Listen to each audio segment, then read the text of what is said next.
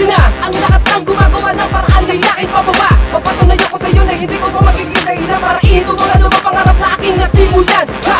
Isa-isa ko nadaanan, ano ang among nakaharang. Kahit gano'ng kabigat ay aking malalagpasan. Lahat ng yan ang dako patunayan, wala na akong pakialam ano ba paratang ang iyatang. Kahit pilitin, di nyo na mapipigilan. Pagkat kami ang inatasang bumaklas sa maling isipan. Pumutol sa mga sungay para di na mga suwag. Ang mga tao matalikod tumira kung tawagin ay tuwag.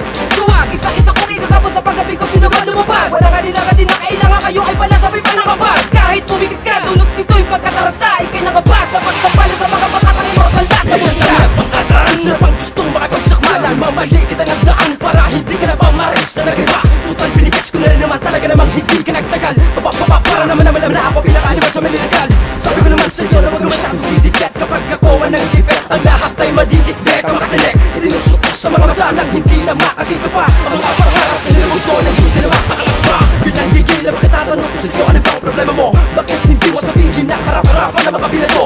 Kaysa ka pala na pinuswag at talentong di mo na magkagaya. Kahit saan ka man nalulingon na hindi mo na din makikita. Bakit hindi mo subukan pumasok sa aming limbigan nang malaman mo kung ano ba talaga ang aming pinagyayaman? Pagkakaisa lang naman, wala naman sigurong masama. Tanggapin mo na lang ang malit at aming isod at try mo ba?